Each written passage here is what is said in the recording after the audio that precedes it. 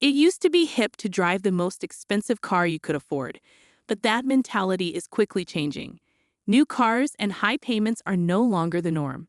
Sensible folks are starting to realize that older secondhand automobiles are in. Watch to find out why new automobiles don't make you look as cool as you think. It's actually the contrary. Welcome to Cashflow Canvas, where we teach lessons about investment and money-saving techniques. If you want to make your financial future better, make sure to like this video and subscribe to our channel for the latest updates. According to Experian, the average new automobile payment is a whopping $738 per month. This number has spiraled out of control due to rising interest rates, greater car prices, and less dealer discounts. Have you ever seen those videos in which car dealers ask their staff about their car payments? The responses are always around $900, $1,000, or $1,200. They're attempting to make it appear normal, as if everyone else is doing it, so why not join the club? But let's be honest here. This whole normalizing insanely expensive auto payments game is a trap. While they try to make it appear as if everyone is fine with spending half of their wage on a car, the truth is hitting people hard. People are drowning in loans they can barely get out of, all for the excitement of riding in a brand new set of tires. We need people to understand that it's okay to say no to a flashy car if it means keeping financially stable. It's time to break free from the illusion and make better decisions, one car payment at a time. It's almost as if we've all accepted that large auto payments are a necessary part of adulthood. You hear that all the time. Oh, $700 per month for a car. That's just the norm these days. Or, well, cars are pricey now. What can you do? Prices have risen. There is no denying that. However, it is not only the price that is rising. It is also the expectation of what a car should provide. It's no longer enough to have a dependable vehicle to transport you from point A to point B. Everyone is now begging for the full package: panoramic moonroofs, heated steering wheels, remote start, big wheels, leather seats, you name it. It's as if we've convinced ourselves that all of these bells and whistles are necessary to get through the commute and look beautiful. As a result, many people spend an entire income each month on their car. Are heated seats and a fancy infotainment system worth sacrificing a significant portion of our monthly income? Even the most affordable versions now include amenities that were deemed luxurious just a decade ago. It's time to reassess the entire car buying culture. Let's get back to basics and focus on what's truly important: having a vehicle that takes us where we need to go without breaking the bank. When you start thinking about buying a new car, consider all of the monthly fees that come with it. There are a slew of expenses waiting for you, no matter how you slice it. If you don't have a bag of cash, you will have to deal with interest costs. Even if you pay cash, you still have the opportunity cost to consider, which means you might have spent that money on something else instead of a new car. Depreciation is another significant one. Essentially, it's the fancy word for how much your brand new car loses in value over time. It's like witnessing money vanish before your eyes. It is feasible that your new car will lose half of its worth in just 3 years. With the average new automobile price of around $48,000, it could quickly become a $24,000 piece of metal. And that is its true value. If you trade it in, you'll probably only receive $20,000 back. Let us not forget about taxes.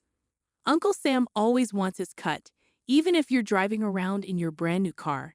Be prepared to pay more money there as well. Let us not forget about insurance either. Sure, those new cars may come equipped with a plethora of fancy safety measures, but guess what? Repairing or replacing them remains a financial burden, and insurance companies charge appropriately. When it comes time to pay your insurance payments, be prepared for some price shock. As if prices haven't risen enough in recent years, there's one huge disadvantage to owning an older car: maintenance expenditures.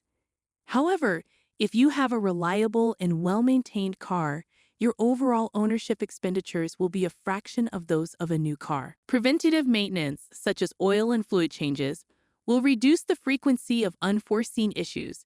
Those preventative measures will keep your car on the road for a long time. even if you have to set aside $50 or $100 each month for these charges. It's nothing compared to the cost of a new automobile and all of its associated expenses. Sure, you could end up with a money hole that requires thousands of dollars in repairs on a regular basis, making it more expensive to own than a new automobile. However, if you conduct your homework and select a high-quality, cost-effective alternative, the maintenance costs will be negligible. You'll be well ahead of the game if you budget for these expenses and set aside a low amount of money each month for preventative maintenance and repairs. The pricing difference between a new and used car depends on a variety of factors. But for the purpose of argument, suppose a brand new car costs $1,000 per month, including insurance, depreciation, interest, and all other associated expenses. If you can reduce the monthly cost to $500 with a used automobile, that is a life-changing difference.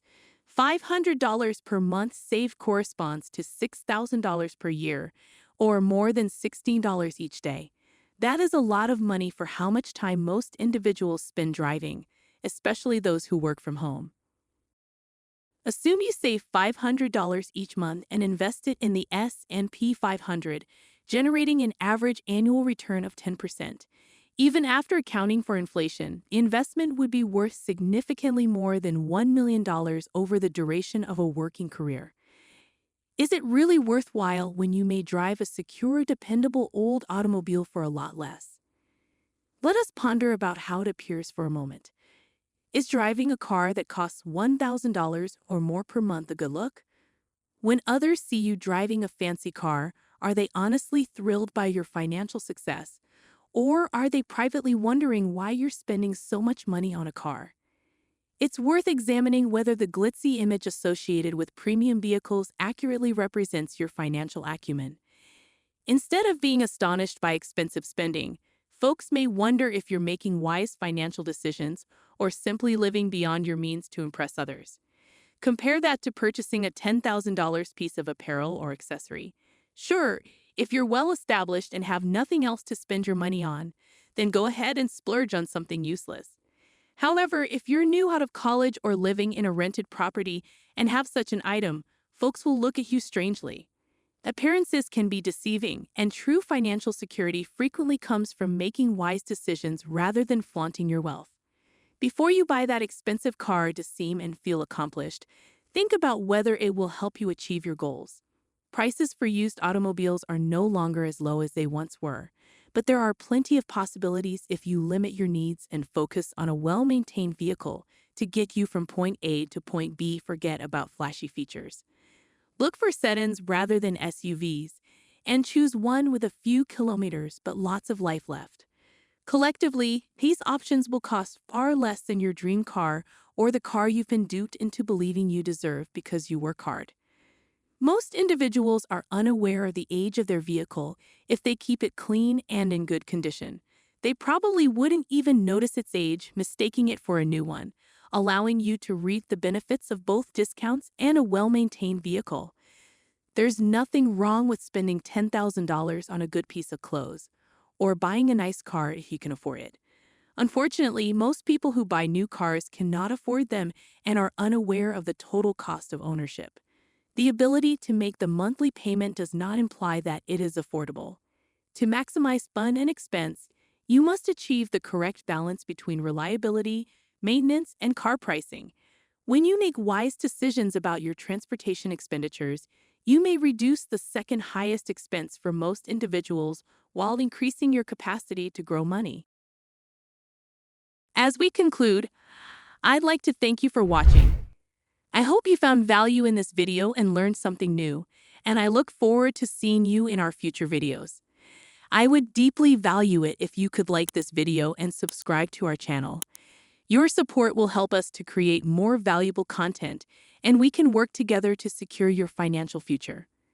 What are the key takeaways from this video that you can share in the comment section?